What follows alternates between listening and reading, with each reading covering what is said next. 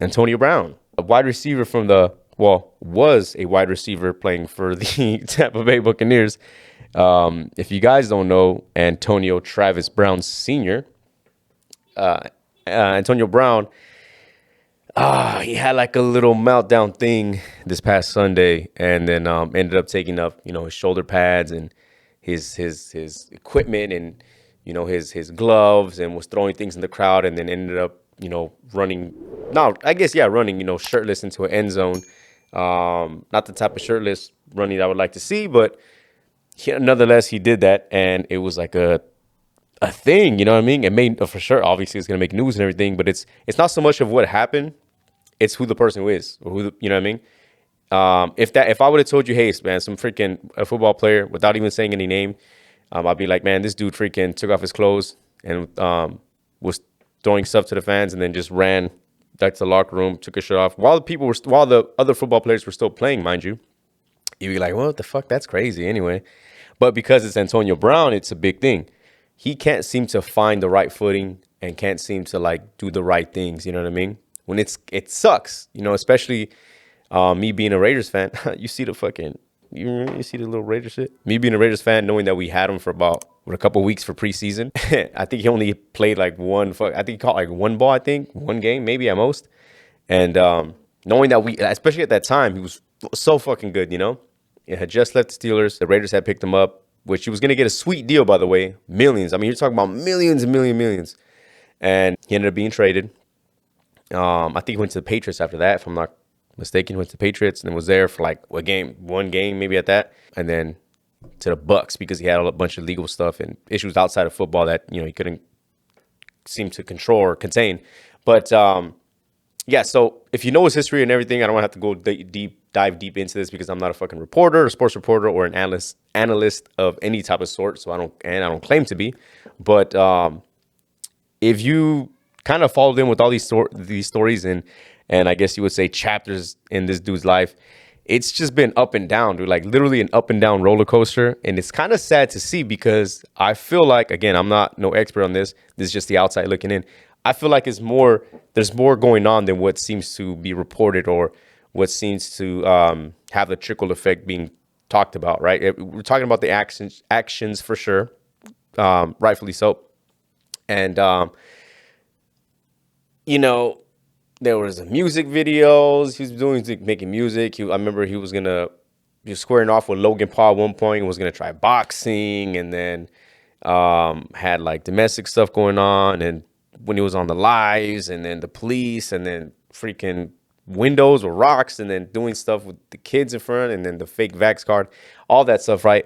I think there's like something bigger going on than just what you see right there, right? It's been hinted at a few times, and I know like, and now that we're in 2022, one of the biggest things that are coming to the forefront that people talk about a lot, rightfully so, is mental health, where everybody, that's like a thing that more and more people are being more comfortable enough to talk about, which again, I am that person too that tries to be an advocate of some sort, So it's come to the forefront in a lot of good ways. And now that it's being discussed more and talked about more, it's opening a bunch of paths and avenues for other people to come forward with it as well. But it's also, you got to be careful, because sometimes it can be a detriment, because then some people could use that as a crutch. You know what I'm saying? Or like scapegoat. They'll use that as an automatic answer to kind of be like, oh, it's because of this, and that, right? So I've seen all that. I've seen it happen to like other people and other players and everything, or they tried to use it as an excuse, right? It's a mental illness for doing a bunch of other things, right? I'm not talking about Antonio Brown, and I'll get to that in a second. But other football players have done that, and they'll just blame it on mental illness, stuff like that. At some point, you got to be like, that's not mental illness. That's a character flaw at its core, right? And in this aspect, maybe at first I was thinking that. Maybe at first I was just like, when all this stuff was first happening, I was like, man, I don't think it's like a mental illness, or mental, not even an illness, just like a mental problem. I was like, I think this dude is just not that great of a person. But what do I know? I don't know the guy personally, right? But then, like, after seeing this stuff happen and more and more stuff happen, and then hearing like the new details that are coming out, like saying this is just like literally just recent as a couple hours ago. They were saying that he felt like he was too injured to play, so he refused to go in the game.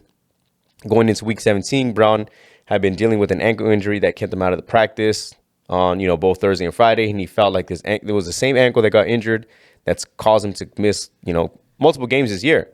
And I said right here, by the time the third quarter rolled around, Antonio Brown apparently felt that he couldn't help the team and that it wouldn't do any good to put him in the game. So the Browns' decision was to his decision didn't clearly sit well with the coach, Bruce Arians.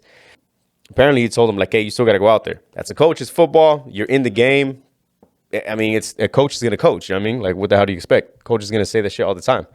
If you're fucking, especially if they see you walking around and being more mobile, they're like, bro, if you can walk, you can ball, But apparently, that's where, like, the dispute with argument came about. Now, who's in the right, who's in the wrong? I don't know. That's not what I'm here to do. But I'll say there's a way to go about doing things, right? Like, just because you might have a disagreement about what's right, or like a health issue, or whether or not you should go in or not, doesn't mean you have to fucking take off all your shit, pass out like a little kid and just throw your shit in the crowd and run, Maybe, tempers are high, tempers are flaring. There's a patience issue. I don't know. But that's just sports, dog. There's a bunch of shit that happens behind closed doors and behind cameras that, a lot of the media and fans won't see, and arguments, fights, disputes, and everything, you know what I mean? And that's just with anything. I can even go even further. It's not just sports. That's friends, family, military, barbershops, whatever, you name it. That stuff like that's going to happen. But I guess that was like the root cause for it and everything. And I'll say, like I said, to wrap that up about him, I would say I watch a lot of sports stuff, and they all seem to have this same conclusiveness when it comes surrounding him. And they're thinking it's a help with mental help. That he needs mental help, right? So pretty vague, right? Because what does that mean? Is it an illness? We don't know. Help as in like he needs like a sports psychologist, therapist, or something like of that sort, right? I would say I think now's the time, even if you might disagree with it and, might not see eye to eye with a bunch of things. I think now is the time to at least go talk to someone, right? At this point, after all this stuff, week 17, like, come on.